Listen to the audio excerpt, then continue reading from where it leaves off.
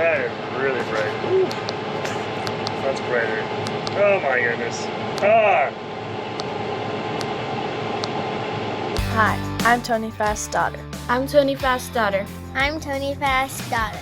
Our family has been blessed to farm in Montana For over 100 years now. And it wouldn't be possible without the great team we have and blessings from our Savior, Jesus Christ.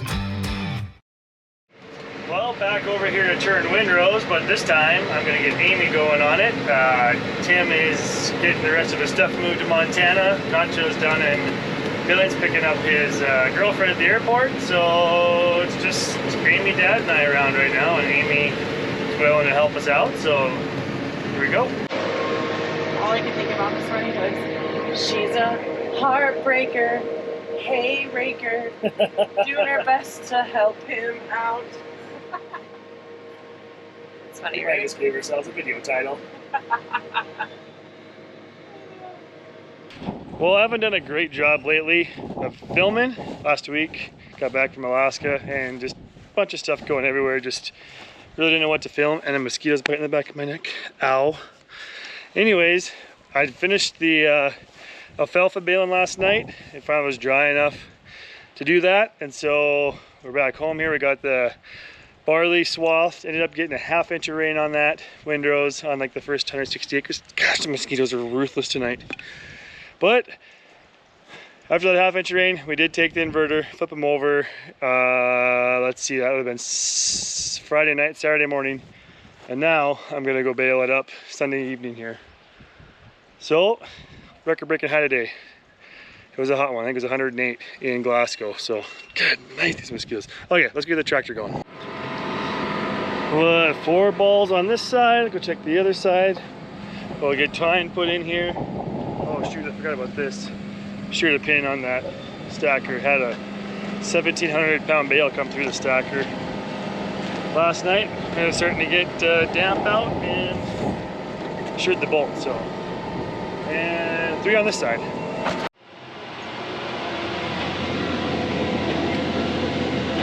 This is basically what it looks like from here.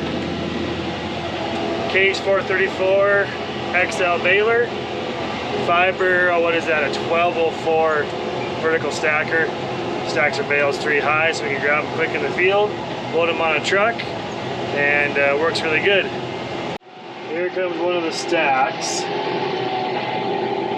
A little hard to see on here, I bet, but that's what that accumulator does. It'll make the stack of bales like that. And they're really handy to load on a truck because you don't have to do any other stacking in the field. You just load them up 3 at a time, spears, then unload them in the truck. You can do them 6 high, 6 bales high in the stacks typically. This stuff we're going to leave in the field, and trucks are going to come pick it up and take it to the ranch we sold the hay to.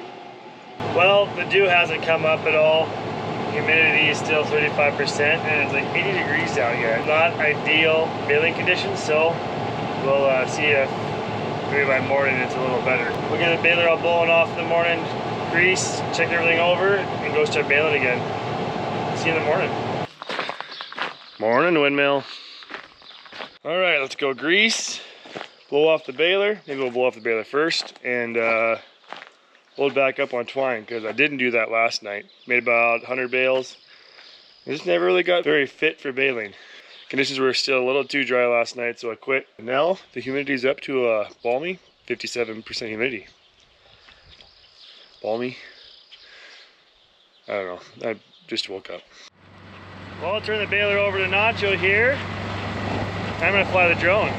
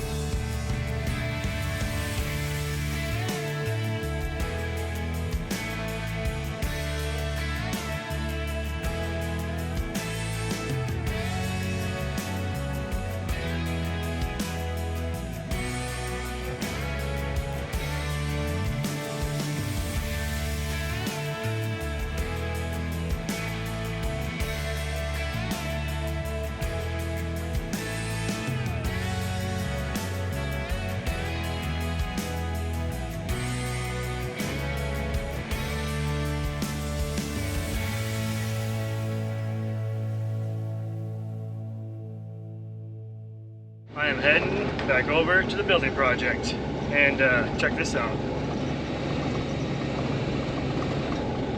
Those storms weren't supposed to start building until like 7 o'clock tonight. Got you better go hammer down.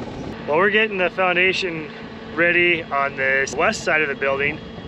The ground sloped down, so we got to put some fill in. On the east side of the building, we had to dig down, oh, at least 18 inches probably. We're going to take a back slope that all away, make a drainage away at least, and then pour an apron off that other end. So we're going to move a lot of dirt on that end yet with the road grader and the payloader. But they'll be here tomorrow, midday, so we got to run to a funeral today. Pretty crazy. My grandma passed away. We just had her funeral last weekend, a couple days ago. And her sister-in-law, my grandpa Fast, and his brother, both their wives died within a week of each other. One of them was 100, my grandma was 90. Pretty awesome women that just were really special to us. Grandma was ready to go. She was ready to go see her savior. They found an aneurysm in her, behind her eye. She went and got a CAT scan. She told the doctor, don't treat it, I'm ready to go. And lived a great life. So great celebration of life for her this past weekend, and gonna go to her sister-in-law's funeral today. So yeah, pretty bittersweet deal.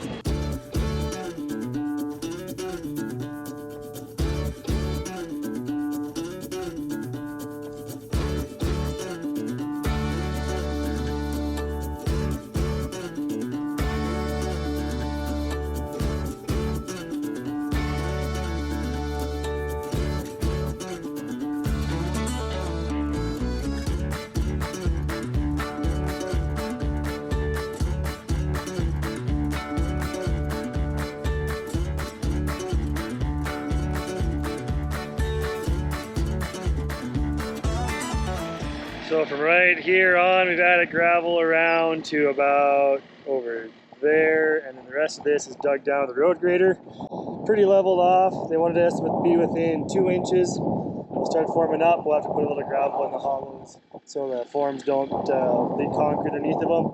We'll have to dig out that dirt because we're going to pour an apron off that end.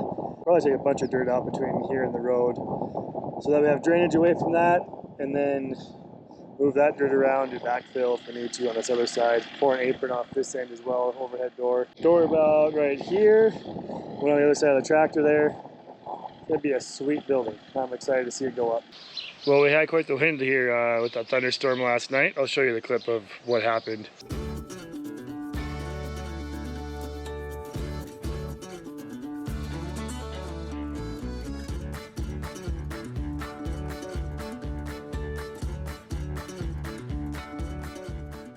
Tree branches down.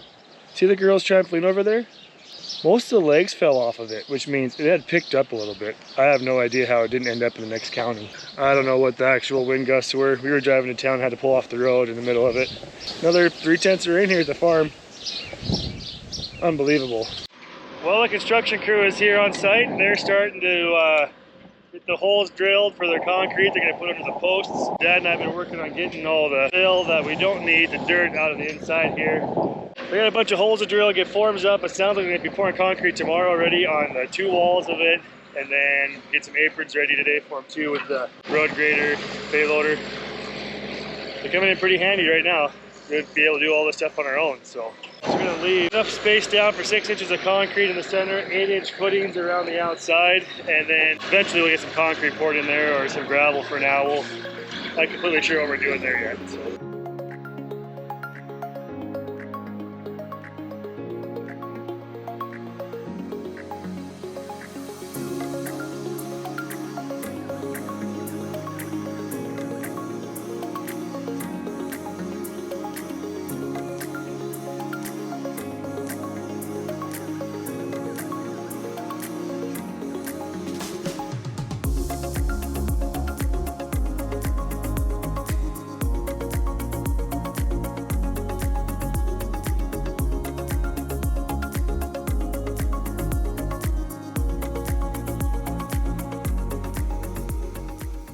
So life in Montana. I just traveled 30 miles to get the service truck to use the torch to take a bearing off. There's no fire starter in that truck. No striker, no matches, no lighter. But I did find a striker in another pickup, so we're good. So one of the projects we're working on today on the Brant R is that bearing was bad, and this bearing came off of that side. It was not bad, but since we were taking it out trying to find a part number, we're going to change it too. But that bearing is also bad. That goes on those cross augers. So things that we're doing today, prepping for harvest: brute force, determination, and help from a torch. Works every time. Well, we're getting pretty close to leveled off inside the pad here. The builder that's putting up the building, they got all the holes drilled all the way around the shed for the concrete that's going to go underground for the posts. And they got the outside floorboard done along the north side here. So we're just finishing up, getting a little more dirt feathered out in here. We keep on talking like we probably will end up pouring concrete in here maybe before they get the building put up after harvest. So they have time to get the concrete put in now, and then they're going to do the building when they can this fall, if they get some of the other projects done. There's the outside floorboard done there. Just need a little more dirt out, add the payloader, Tim's in the skid steer, and Nacho swathing at home. Well, we got a lot done today. We got a lot done forming and getting all those holes drilled, so we'll be back tomorrow. We're going to start pouring concrete tomorrow. I'm part of it anyways, so see you in the morning. Go turn some hay with the tractor tomorrow morning. Here we go again. Flipping hay. Well, I normally wouldn't want to turn grain hay windrows because the grain will shell out easier that way. The more time to handle it, just more things are gonna shatter and fall apart. So this isn't ideal, but neither is getting rain on it. So we ended up with 3/10 rain the other night. It is Wednesday morning, and on Monday afternoon, evening, we had pretty good thunderstorm roll through the farm. Lots of wind, no hail that I know of anyways. And another 3/10 of rain here and over on the canola, which is awesome for the canola, bad for the hay here. But winter was still wet yesterday afternoon underneath. Afternoon, I guess. Nacho came over, started swathing. So we need to get these aired out so we can bale them tonight. So that's what we got going on here. This, with that thunderstorm, we had a little wind, so there is some scattered windrows that we're just gonna leave, and whatever we can get raked up with this merger, we'll get baled up and call it good.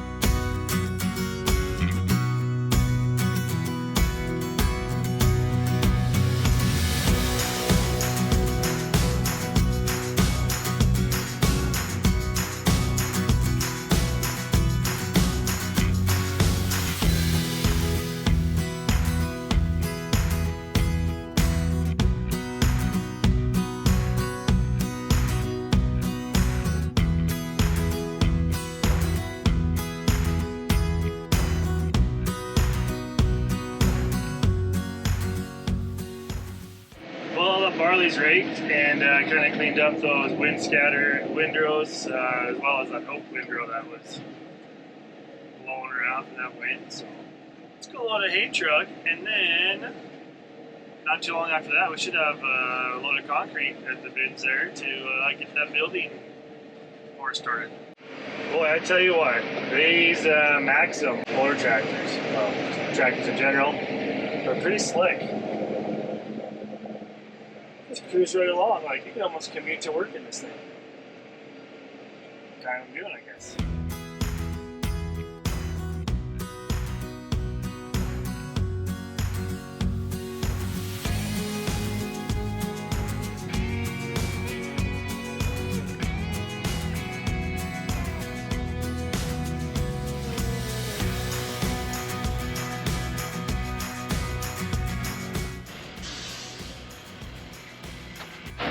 Concrete trucks here.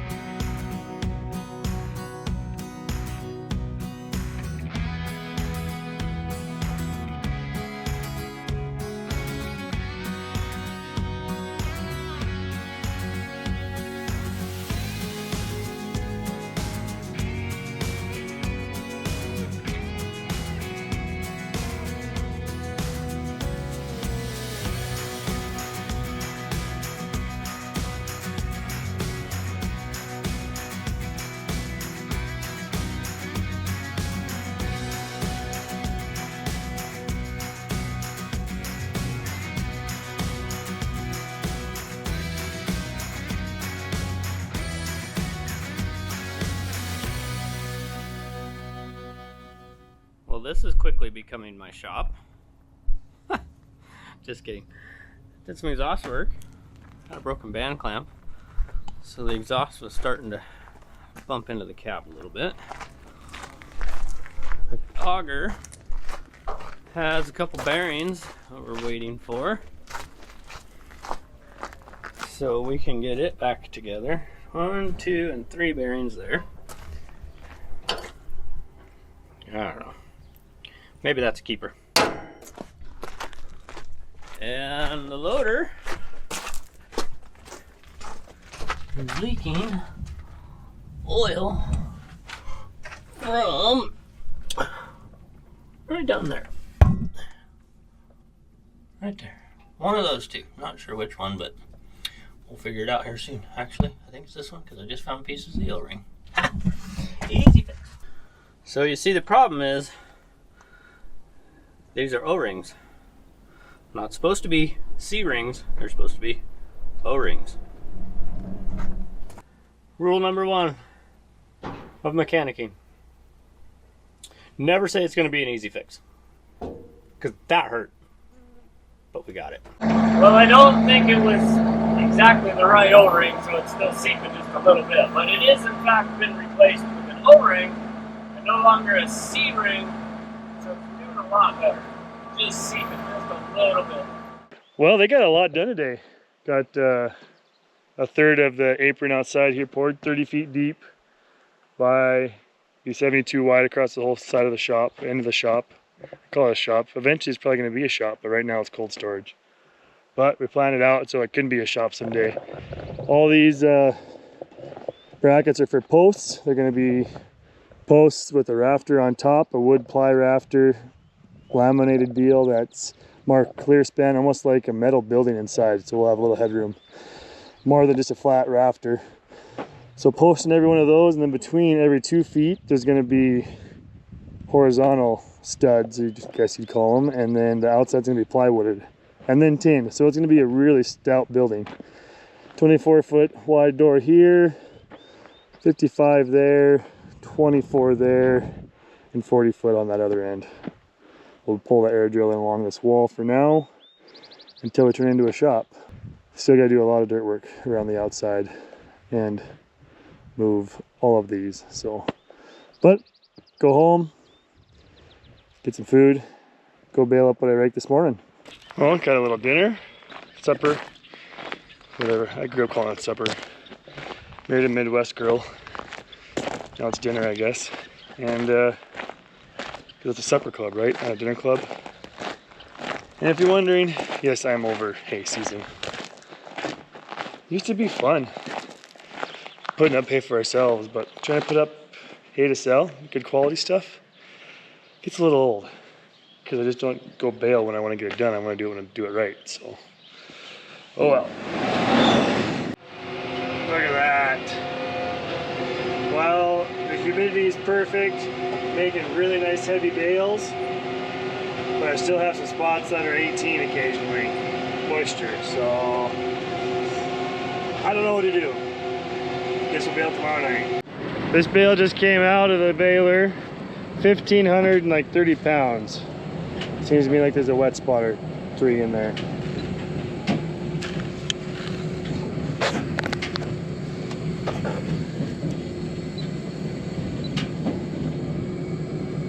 Huh, 10. Maybe we just got perfect dew and we're making really nice bales. 10-8.